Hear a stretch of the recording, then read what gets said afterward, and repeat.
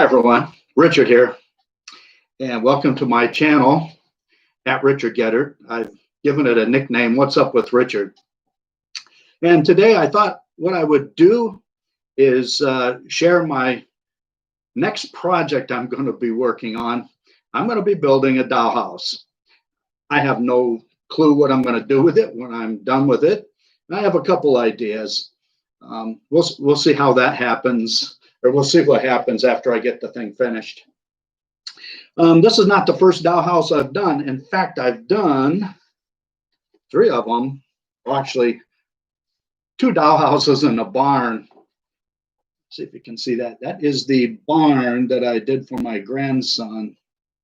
And I still have the directions and stuff here. This one wasn't quite as complicated as some of them that I've done, the first couple, but all this little stuff right down here you had to build individually, and as a result I had to buy some new tools. Not real expensive, but I had to buy a few. And then I did this for my one granddaughter, and this is the beachside bungalow, if you can see that. And as you can see, I went through and I've highlighted all the important things step by step and then highlighted after I finished a step. I like to read ahead too, because sometimes you can be doing 2 things at once. Speeds up the building process a little bit. And this is another one that I built. This is the Allison Jr. This was the first one I attempted. Now, these were all from the company Real Good Toys, and they were much more elaborate than the one I'm going to unbox here. So let's see what happens. All of these are 1-to-1 scale. Let's see if I can bring this up here. So they're all 1-to-1 scale. Looks like it's pre-cut plywood, and I have seen a couple. I've seen a couple online where people have put these together, and it looks like I'm going to be punching out a bunch of parts here. Not today, but I will be eventually. The scale is 1-to-1, so for every foot on the real building, it would be 1 inch on the model.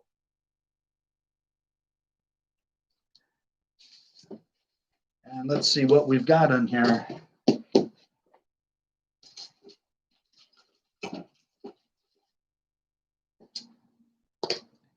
X-Acto knife.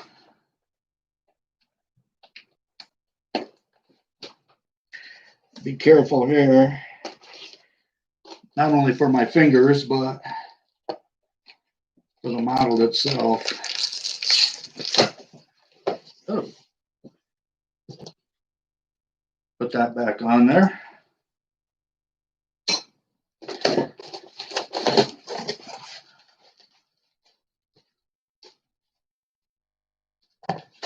No problem reading these directions. Look at that, the size of those things. Now, this is from a different company. This is from Greenleaf. Apparently, they've been building these since 1947. It was very inexpensive. I believe it was somewhere in the neighborhood of around $35, where the other ones cost in the 70 to 90 and above, depending on how big. So the first thing I'm going to do is go through and read all the directions, because like I say, this is different than the ones that I built before. What do I have here? Windows.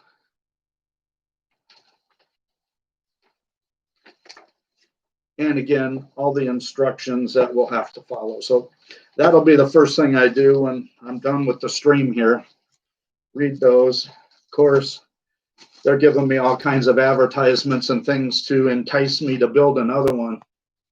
which I have fun building it, the ones I've done before. Oh, look at this. They've actually given me some sandpaper. So, and I'll go over that in a little bit.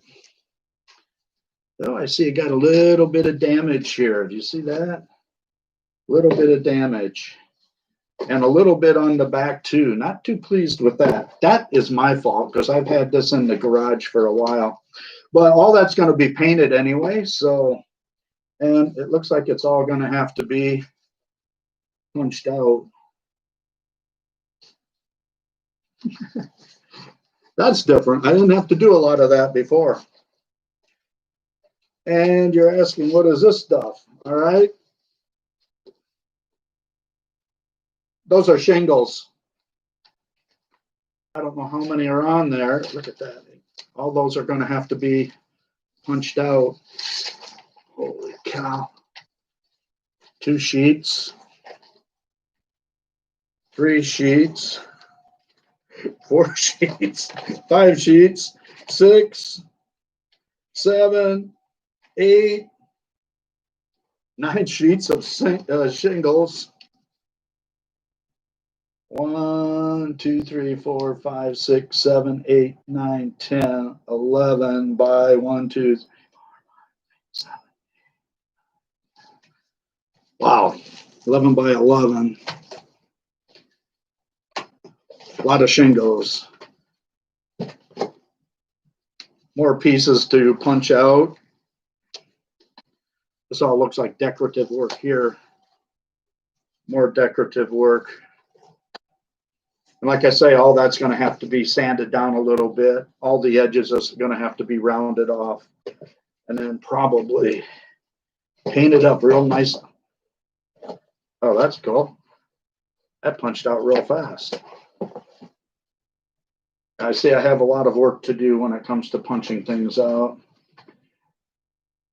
Now, I don't see that these are labeled anyway, so I think that's why I'm going to have to make sure I look at the directions here. So really carefully. Stick this over here. More decorative stuff here. All needs to be punched out.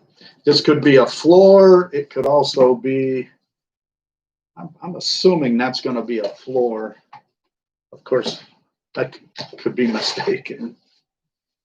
More stuff to punch out. And now we're getting to the house body here.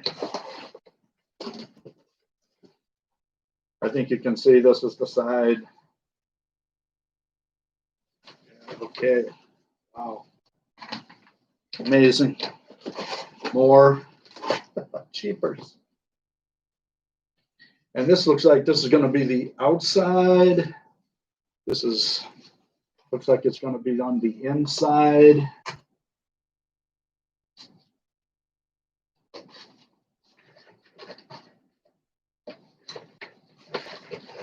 And I got a couple more pieces here falling apart.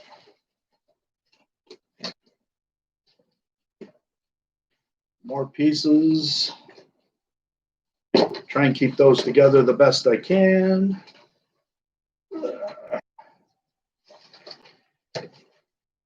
And we're at the bottom of the box.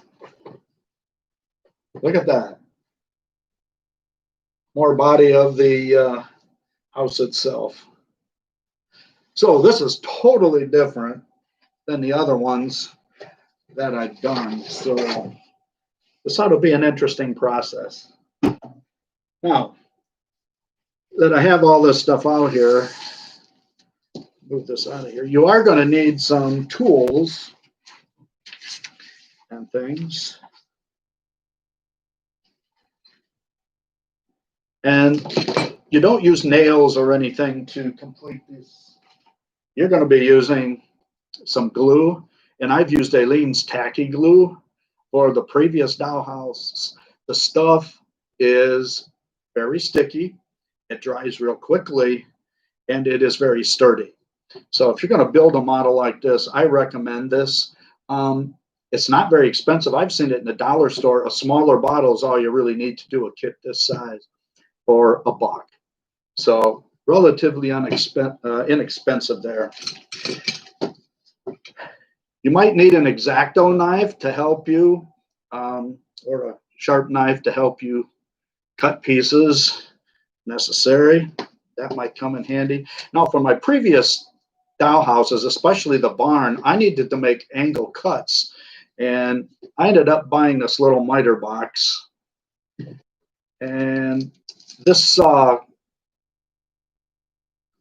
and if I needed to make cuts, it was real easy to do that. And then this just fits here. I put this on the top, and then I just used one of my clamps to clamp it down. Worked out really well for the barn.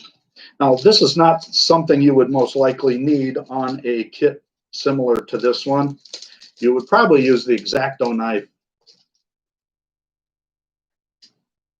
The other thing you're going to have to do is paint. And so I have these little paint brushes. These are Crafter's Choice paint brushes. And I've used this one on 2 or 3 models. And they have all different sizes here. They run, what, $4.99, so $5. And I got all this stuff at Hobby Lobby.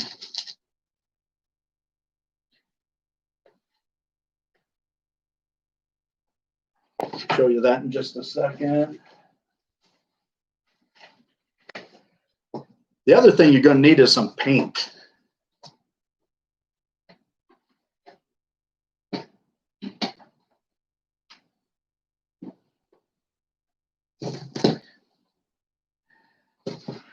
Now I'm using some acrylic paints that I bought at Michael's. It was on sale. I don't think I paid a couple bucks for each one of these. So use that to paint the trim. And then I use Valspar, and I used to buy a quart. When I did those first 2 dollhouses, I bought a quart of paint and had it mixed. But I had all this paint left over. And of course, after a while, it sits around. It isn't any good. My sister-in-law bought these paint samples for her kitchen, and I think I can reuse these. One of these 2 colors, she's got like 6 of them, but there's a couple that I think I can use on this dollhouse. And it's just paint samples. So you can have them mix up a paint sample. You can see they put the little dot of the color up there. And for this, $8 maybe. So that's an inexpensive way to paint your dollhouse. So check out those places, Hobby Lobby and Michael's, and of course, whatever brand of paint you want to use. I think we got this at Lowe's. That's the Valspar. But what else do we need? I think pretty much if you have the glue and you have the knife and the sandpaper. I have some extra sandpaper here. This is 180 grit, which might be a little too rough, but I do have some 220. I used the 220 on the other models. To attach the roof, because these are the shingles.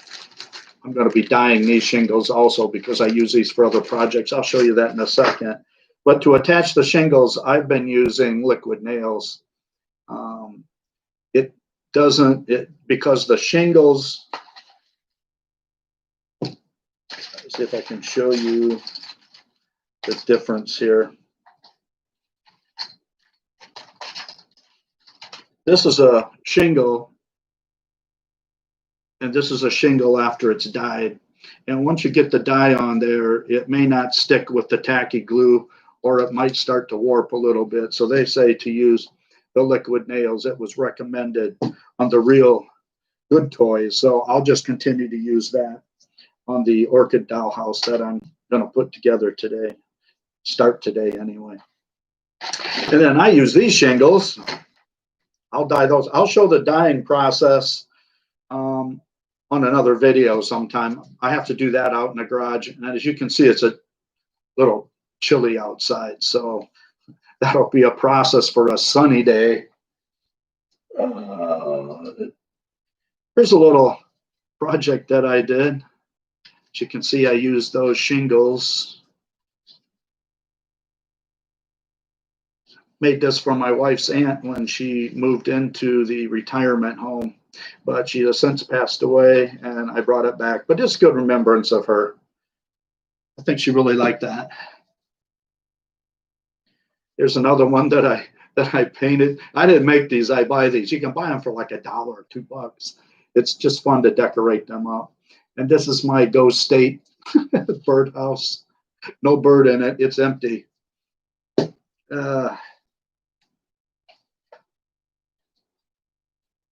Painted this cute little barn.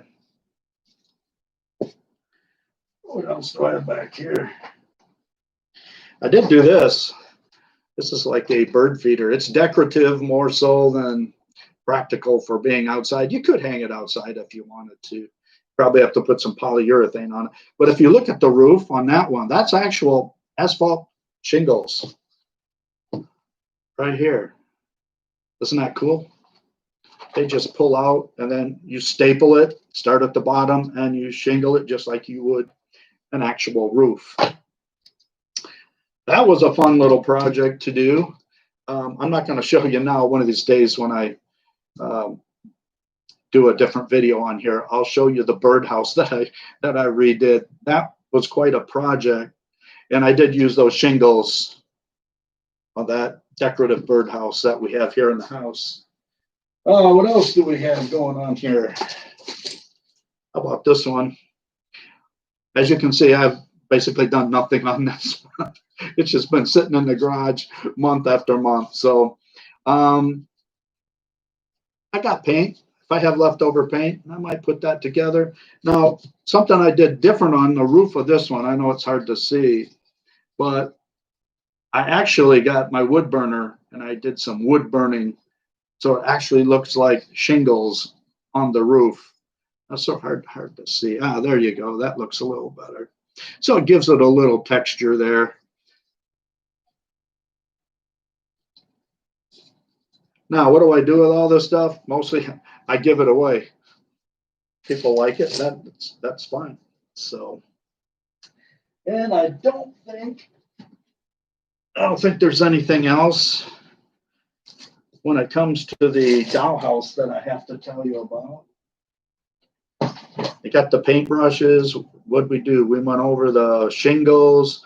I know I have to punch a lot of stuff out. I got to read some directions. One of the other things that I do for a hobby, though, is collect beach glass. I'm lucky enough to live along the shores of Lake Michigan, and we get to collect this stuff.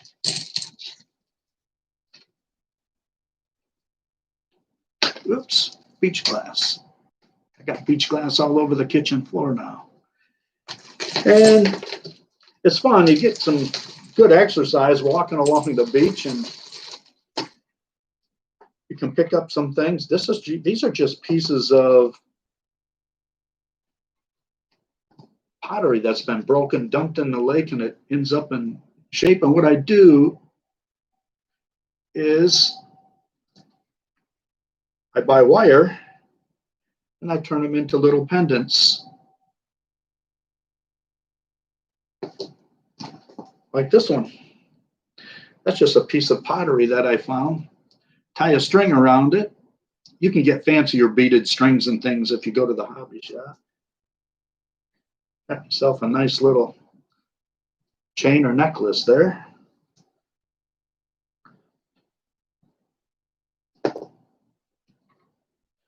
I found this interesting piece of beach glass. Actually had like a design in it. It looks like a plus sign, so maybe some kind of a medical bottle at one time. Okay, well, another thing that I did was, look at that, made a beach glass frame. This is all beach glass that I collected along the lake shore of Lake Michigan. I use a special glue to put this down. I don't think I have it right here. It's in the back. But it dries clear, and you can't see it through the beach glass. And I'm going to do another one right here. Only this one I'm going to paint first, not make it a little fancier. And of course, that'll look nice if you put a nice beach kind of picture in there. It'll be beachy, peachy beachy. Anything else? I don't think so. Not at the present time.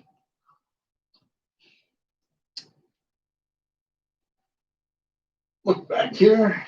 Oh, I did forget one thing, and that is you will need some tape. Now, I use the painter's tape, and the reason I use the painter's tape is because it peels off. But when you start gluing pieces together, you're going to need to tape them. And painter's tape works wonderfully for that little project. Like I said at the beginning, I'm Richard. This is my channel at Richard Getter, and I've given it a nickname, What's Up with Richard. Now, if you're new here and you haven't subscribed, I have a variety channel, so I do all kinds of things. Bicycling. Once a month I do cooking. In fact, the bicycling now I've changed to uploads on Saturday. I call it Cycling Saturday. I think there was one up last Saturday, and there will be one up not this Saturday, but the next one. Once a month, the last Wednesday of every month, I do a cooking video. And I think on the 30th, I believe, that's a Wednesday, I'm cooking soup. And that's an all-day kind of simmering kind of soup, which is probably the most elaborate cooking I've done. Even though probably the best recipe was Roy Clark's enchilada pie. If you haven't seen that video, you really need to take a look at it and make the recipe. It is tasty, very tasty.